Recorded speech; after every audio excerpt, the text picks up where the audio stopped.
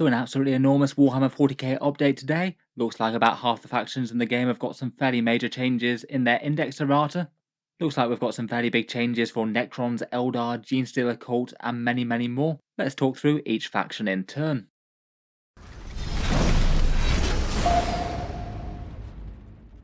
Hello and welcome back to Auspex Tactics, where today we're talking about Games Workshop's great big Index Errata update, going through every single army in the game and seeing what they've changed.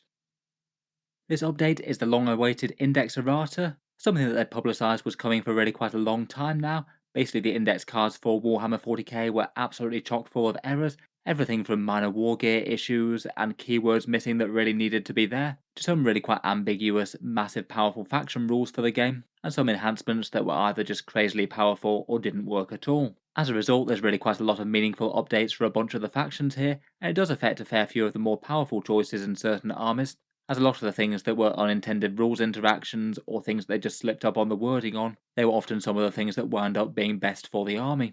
I would bear in mind that this isn't a balance update though. I'm sure there'll be loads of people down in the comments saying, oh, why didn't they buff this army, or why didn't they nerf these guys? They really have been very clear on that though. This isn't intended to be the balance update. That's going to be coming in early autumn, in early September sometime. I think they said around about 6 or 7 weeks out now.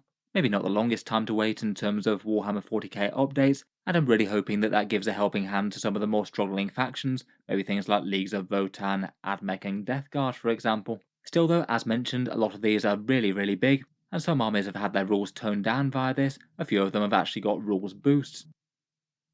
Let's go by things in turn. There's just a couple of general things that seem to be all over the game. Then we'll go through in the order of Imperium, Chaos, then Xenos.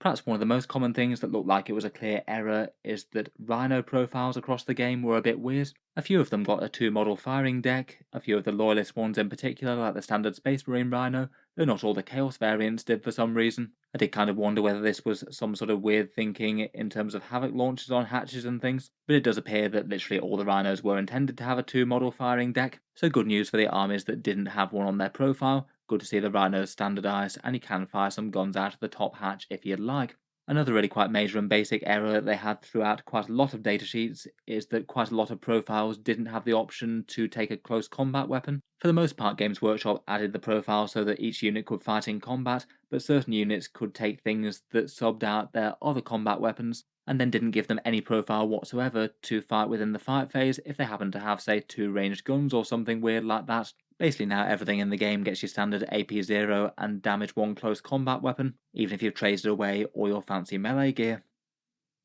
For the Imperium and starting out with the Space Marines, there isn't a lot of major stuff in the core Space Marine index, a bit more for the divergent chapters. One of the bigger things is maybe adding in a few missing war gear profiles to their generic index card, the Flamer, Grav Gun, Melter Gun and Plasma Gun. Perhaps the Grav Gun is a little bit more important for that, seeing as it's actually one that's more unique to the Space Marines. 2 shots at 18 inches, strength 5, AP 1 and damage 2, and anti-vehicle 2+. Otherwise for the rest of the weapons we kind of knew what they did already, and they have added in a few other things like making grav pistols all damage 2, as they had some variant profiles before. Otherwise really not a lot going on for the Space Marines, most things seem to be functioning as intended following the Desolation Squad nerf. The other changes are a bit of fiddling with Captain war gear, things like the Biker Captain being able to take a Thunderhammer, and some Firstborn ones being able to pick up plasma pistols that were locked out of them for some reason, and adding the actual Dreadnought keywords to the Primaris Dreadnoughts, such as the Redemptor Brutalis and Ballistus.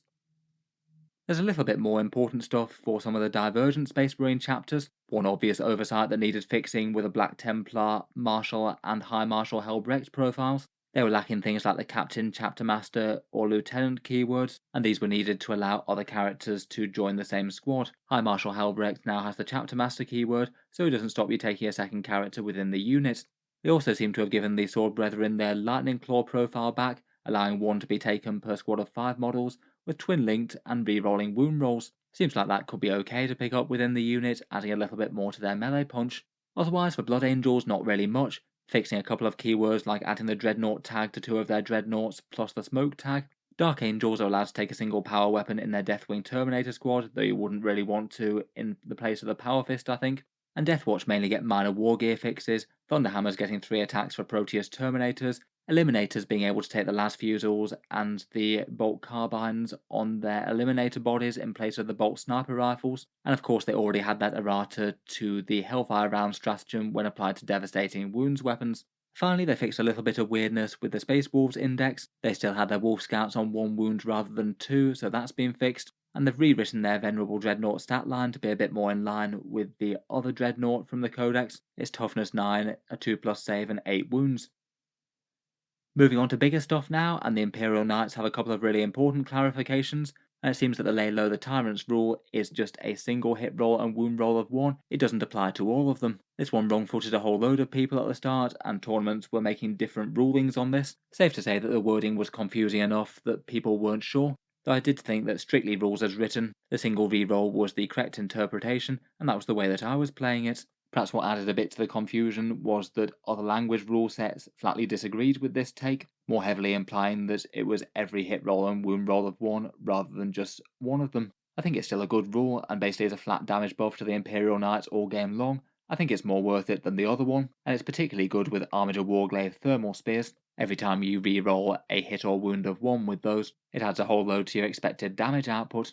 The other obvious change for the Imperial Knights was to the Squire's Duty stratagem. This was their focus fire Armiger damage boost, one where you got extra strength and extra AP against your targets. Previously it didn't have the stipulation that you actually had to target your focus fire unit, though that was absolutely obviously intentional. So it does mean that if you want the extra strength and AP and maybe damage if you're lucky, you do have to focus fire on the target that you're picking on. The Astra Militarum had a few obvious errors to fix. Perhaps the biggest one was the question about the Deathcore of Krieg Medic Pack. They had the rule on the datasheet under the War Gear section, but no way to actually equip it. It now seems that the correct way to equip them is just 1 per squad, regardless of whether it's 10 men or 20 men. There was just a chance that it might have been 1 medipack per 10, but it looks like it's only 1 per squad in general, so no reviving 2d3 models per turn it would seem. Otherwise there has been a small nerf to Ursula Creed's rule. She's the one who allows a free stratagem on 1 unit within 12 inches. They've now added the stipulation that it has to be a regiment unit, generally tending to affect things like infantry and sentinels, and it means that she can't be throwing free stratagems on tanks, unfortunately. That's a bit of a nerf, but still for free stratagems for the cost that she is, plus some good orders, I still think that she's more than worth it. Otherwise, they've stated that heavy weapon teams do count as 2 models within infantry squads, as previously taking them would lock you out of a whole bunch of other special weapons that you could take, as technically you've not taken the max amount in the unit that you could have, and otherwise it's mainly a few minor war gear disparities resolved. Those are the majority of the major changes. For the rest of the Imperium, there's a few small updates. The Adeptus Auroritas Mortifiers are fixed a bit, getting sustained hits 1 until the end of the turn when they charge in. I want to say previously it might have just been until the end of the phase, so it technically didn't work, though I'm sure people could tell what they meant. And in one change that I think was a kind of sad one, it looks like the Dominions have their bolter profile changed down to Rapid Fire 1. Previously they were Rapid Fire 2 and getting 3 shots within 12 inches. Maybe it didn't make a whole ton of sense, but I thought that that was actually one that seems like it could have been intentional by Games Workshop. Maybe try and give the Special Weapon Sisters a little bit more differentiation by giving them some solid anti-infantry volume fire at close range. It's not like they were really being run competitively in any major way, even with the 3-shot bolters they could get. Otherwise, I'd say no enormous changes for the rest of the Imperium. The AdMech certainly haven't got any sort of major rules boost here. No major handout of doctrine or imperatives to units that didn't have them, and the only change being to take a Phosphor Blaster off the Onager that couldn't take it. This update was generally one that wasn't going to be helping out the struggling armies very much though. I think it was always a bit more likely to maybe just rein in a few of the excesses of the strongest stuff, rather than give struggling units a lift. Otherwise, for Custodies and Grey Knights, nothing enormous I'd say. A couple of war gear changes. For the Grey Knights they fixed some Land Raider movements, and they fixed a stratagem called Death from the Warp, which now lasts until the end of the turn, as opposed to finishing too early. For the most part, the changes I think were fairly light touch to Chaos, again mainly minor war gear things that everyone was expecting them to fix anyway. For actually more interesting changes, the Great Unclean one just had the ballistic skill stat removed from its putrid vomit. It auto hit anyway, so it's good to have that confirmed that it still does. And Blue Horrors had their wording changed slightly. They worsened the leadership characteristic if there's any within the unit. For the Chaos Space Marines, one of the biggest changes is actually to Traitor Guardsmen. It means that you can now only take 2 of each special weapon now, where they were previously fully de-restricted. This one perhaps brings them into line with other Imperial Guard variants, only being able to take the special weapons that come in the kit. Otherwise, there's a few Wargear clarifications to the Terminator Lord, the Predator autocannon, and the Chosen combi weapons. The Predator autocannon gets rapid fire 2 like the rest of them, and 2 Chosen can replace their bolters with the combi weapons per squad of 5. For Death Guard, there were quite a lot of updates, but again, mainly Wargear things that were just being fixed. The Winged Demon Prince gained Deep Strike like the rest of the winged ones, that was missing before, and added a bunch of pistol keywords to their minor support characters, but that's not really going to change much. Again, hopefully an army that gets more love in the balance pass. Nothing huge for either Thousand Sons or Chaos Knights. The Thousand Sons had the Rhino and Predator change, similar to the Chaos Space Marines. And finally, for the World Eaters, they fixed that Favored of Corn enhancement, the one that rules as written could just let you keep on rolling the Blessings of the Blood God until you got the exact result as you wanted. Now, as seemed obvious from the intent, you can only use it to re-roll the dice once per battle round. I think Necrons had some of the most interesting changes out of this update, having a few big things that Games Workshop might potentially fix. Out of the changes, I perhaps wasn't expecting the Transcendent Catan to just get flatly buffed. That's actually kind of relevant competitively for Necrons, seeing as it's a very strong unit already. Previously, it had 2 weird things on the datasheet. First up, it was lacking reanimation protocols, which seemed like an oversight, seeing as everything else in the index has it. And secondly, it wasn't an epic hero like the rest of the Catan, and there were no restrictions on it taking the Sempiternal Weave upgrade, the one that gives you a 4+ Feel No Pain type save, and seems kind of ludicrous that a 10-point upgrade can basically double the durability of a model that's got a tough profile and is approaching 300 points. It seems to be the lucky day for the Transcendent Catan, as basically it has gained reanimation protocols, which means that it can regenerate those very tough wounds, and there's still no epic hero on it or any clarification to Sempiternal Weave. Seems not only is this thing absolutely monstrously tough, but it now also regenerates its wounds, and there are ways of buffing it, say with a Canoptech Reanimator. Absolutely massive. I feel like this thing was already top tier for Necrons with that 4+ Feel No Pain, and now it just got even better. Otherwise, for clarifications for them, Cryptothrall's Fights on Death only applies to them. It seemed very unlikely to me that that was truly intended to apply to the entire squad. It's not like they're really leaders, more like bodyguards, though they're still more than worth it to include in the unit, as they're just really quite tanky damage sponges that can reanimate just like the rest of the things. It seems they have fixed the Silent King's nuclear Minears. He's got an enormously dangerous deadly demise if you roll to explode, and previously it would apply to any of the 3 models in the unit, giving him 3 chance to basically go nuclear in the midst of your Necron army, which wasn't exactly ideal. Fortunately, that now only applies to the Silent King himself, so you can't potentially have silly things happen like one Minear explodes, kills the other which also explodes, and wipes up your entire army if you roll super unlucky. Another thing that I was maybe wondering whether they might change was the Hexmark Destroyer, and perhaps a few of the other things in the game that can potentially have near infinite shooting if the opponent's just got lots and lots of units. Still seems that Hexmark's just absolutely happy to blaze away literally every single time a unit targets a unit that he's near. Can mean that you're just rolling a whole load of gun attacks at anything that's approaching your unit, while the enemy tries to shoot your warriors or whatever down with other units about. Still can be a very disruptive force on the battlefield. Maybe it's just because it only really goes so far with a bunch of damage one-shots. Even with lots of rounds of shooting, it's not going to be a big threat to things like vehicles. Still seems that the Hexmark is a very powerful unit though, and a very strong disruptive choice in a Necron army. Genestealer Cult were one of the other factions that got a pretty major couple of changes here. In this update, it seems like they've picked up 1 major buff, but 2 major nerfs. I think the buff, honestly, is a bit of a questionable decision though, and it wasn't the way that most people were playing it before.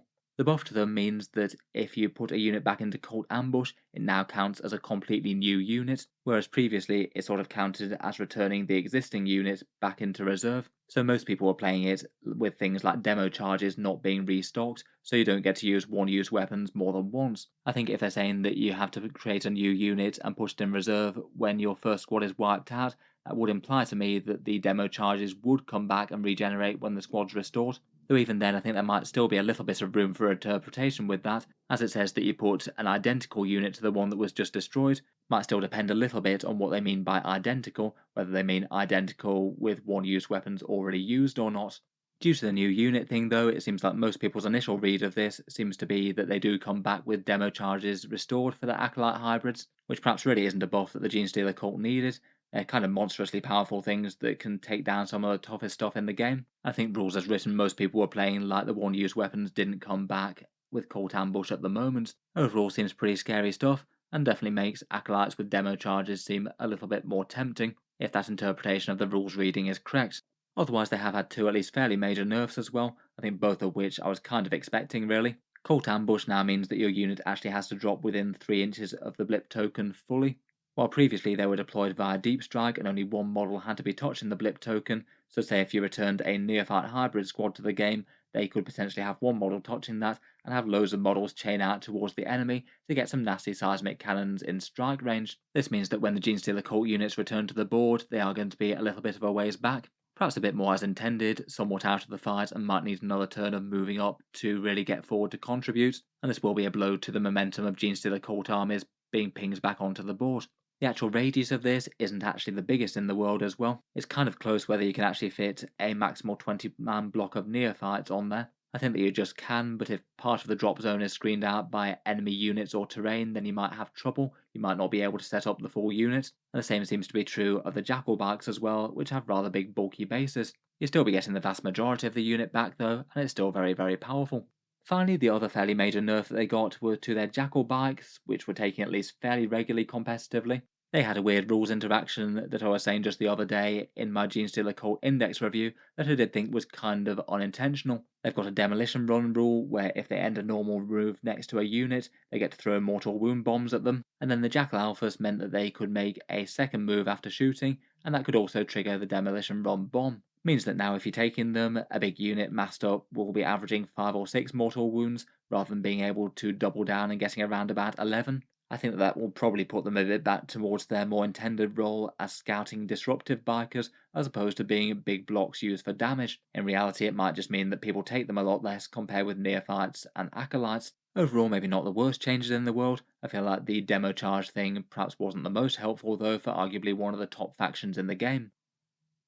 Talking of top factions in the game though, Aeldari have got a few changes, and the two important ones are two big nerfs to Wraithguard it would seem.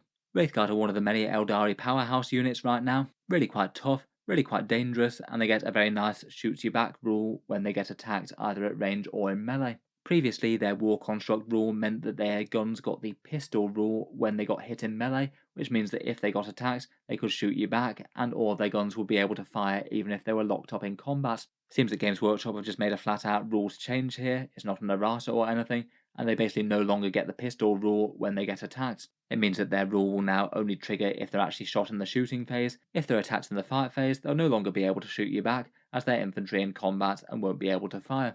This one definitely makes them far less good all-rounders. I feel like it might encourage a few more people just to go with standard Aeldari Bright Lance spam and double down on the Fire Prisms, Wraith Knights and D-Cannons. There's also been a secondary nerf to the Wraithguard as well. This one maybe did feel like a bit more of an oversight when I was reading it initially. The Spirits here had some slightly dodgily worded rules that basically meant that it would restore a Wraithguard to the unit every command phase, as opposed to just your command phase, and it didn't seem like it was quite an intentional one compared with things like the Chaos Space Marine Accursed Cultists. Basically they have errated that and said that it's now just your command phase that happens, still restoring a very powerful model to the board, and could certainly justify the Spirit Seer's cost between that and the damage boost, but no longer setting up 2 Wraith constructs per turn anymore. Overall, between the two, it definitely takes the Wraithguard down a peg.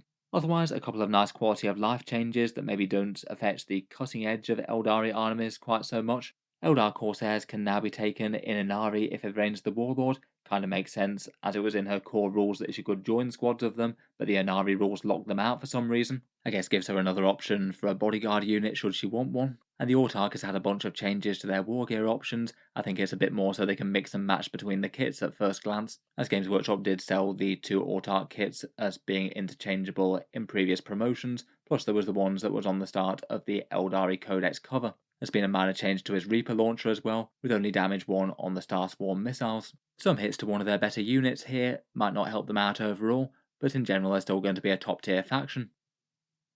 Next up for the Orks, there were a few rather obvious mistakes that Games Workshop have made in their index. Perhaps the biggest two were to Ghazghkull and Gretchen. Firstly, that Ghazghkull could embark in an Ork truck and only take up the space of one model, which was kind of hilarious. It means that you could have the big boss jump out of a truck and right into the enemy's lines. That would be a bit of a surprise for them. He can still be transported on a battle wagon though, that takes up almost the entire capacity.